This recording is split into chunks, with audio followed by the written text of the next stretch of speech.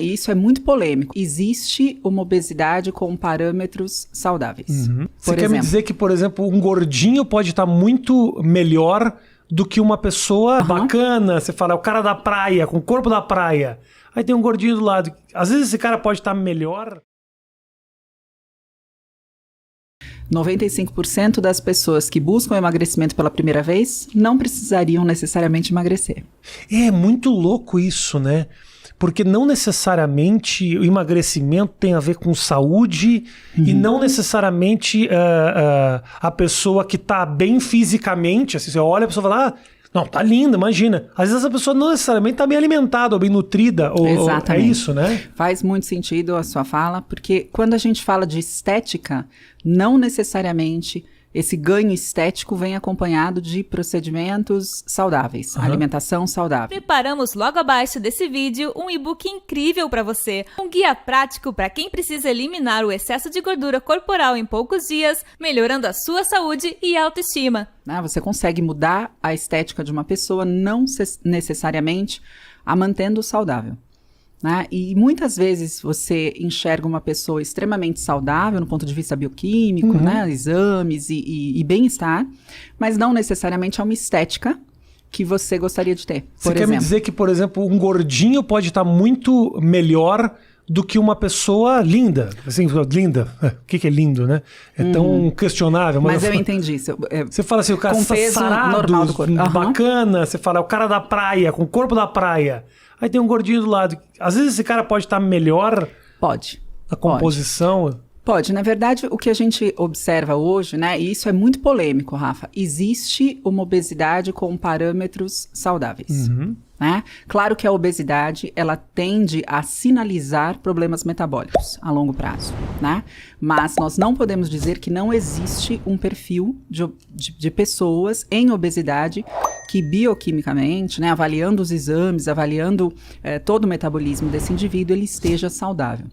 E é aí que a polêmica maior existe, Você se manter num sobrepeso natural, de longa data, mas com práticas saudáveis de alimentação, atividade física, é mais saudável do que você se manter uma vida em efeito sanfona. Fazendo regimes restritivos, que não necessariamente estão ali equilibrados, em micronutrientes, em macronutrientes, e engordar novamente, fazer novamente. Aquela dieta com prazo para começar e terminar, que é a maioria das dietas. Mas é tão difícil essa reeducação. Você tem hábitos escrotos de alimentação. Como eu não diria que eu tenho hábitos terríveis assim, mas assim... Se a gente não comentar sobre uma pizza inteira. Aí realmente... Isso aí é detalhes que daqui a pouco a gente entra, que são as minhas desgraças pessoais, as minhas mazelas. Mas é muito que eu falo que é muito difícil o seguinte: por que Deus não fez assim? Brócolis engorda. Querido, você vai ter que comer chocolate, porque senão sua saúde não vai melhorar. Entendeu? Por que tudo que é muito bom é horrível? E por que o que é horrível acaba sendo muito bom? Então, Rafinha, aí tem uma questão importante, Chocolate não foi Deus que criou.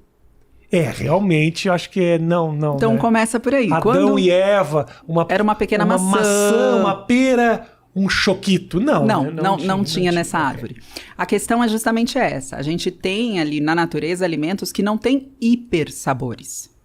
Não são alimentos hiper palatáveis.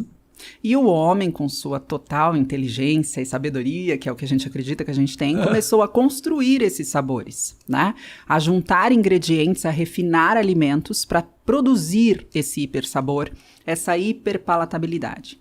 Só que o que acontece? Nós temos uma resposta natural à fome e saciedade. Nascemos com esta resposta, com esse centro de saciedade e fome extremamente bem reguladinho, Tanto que um bebê, ele está no peito, sendo amamentado, e é ele que decide quando ele vai parar.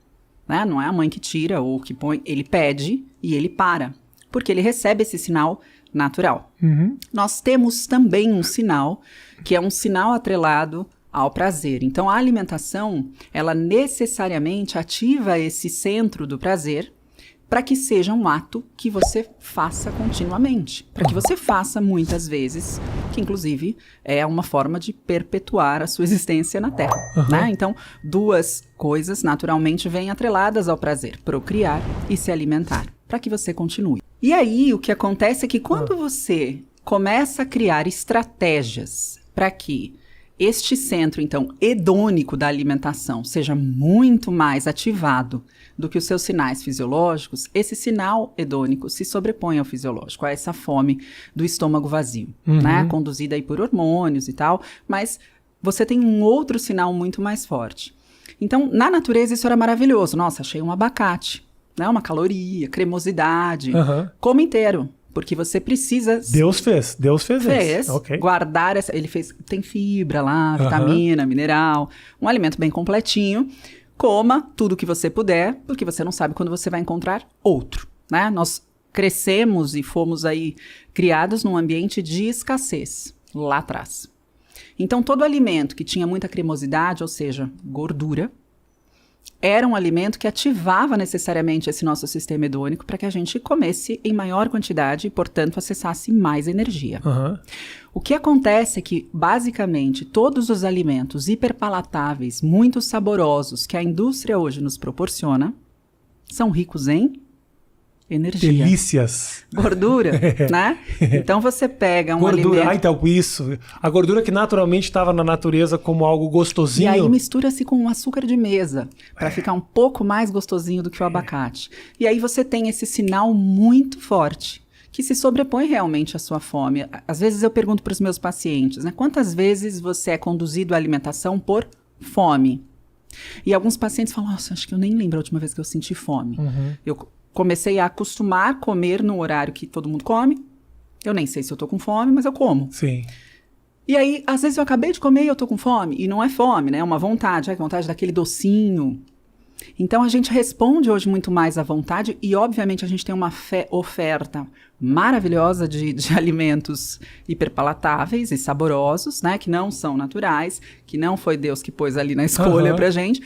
Mas que fica muito difícil mesmo. E aí você começa a ver que a minha geração, estou me chamando de velha aqui declaradamente, mas calma, a minha geração, ela tinha acesso a esses alimentos saborosíssimos, ricos em açúcar, a bebida açucarada, uma vez por semana. No final de semana isso era liberado até porque era caro. A verdade, Rafa, é que você, e eu falo isso também, né? Você pode comer brigadeiro e emagrecer se você estiver promovendo um déficit calórico ao fim do seu dia, da sua semana, do seu mês.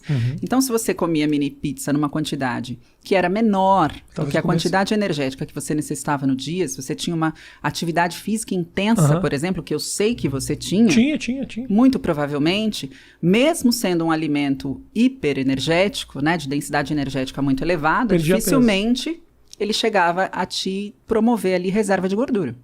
Mas o que a gente vê hoje, e voltando ao fato de que eu não tinha, né, esses alimentos todo dia, a maior parte das pessoas não tinha acesso a esses alimentos de uma forma tão intensa e também não existia tanta variedade desses alimentos como existe agora, né? O que acontece é que essa nova geração acessa isso quando nasce, né? Com 1 ano ela já tem o alimento na caixinha que substitui a papinha, que substitui... E tudo isso tem hipersabor, tudo isso tem hiperpalatabilidade. Isso explica muito o que tem acontecido com a nossa geração, né? A obesidade infantil não era um problema de saúde pública. Hoje é.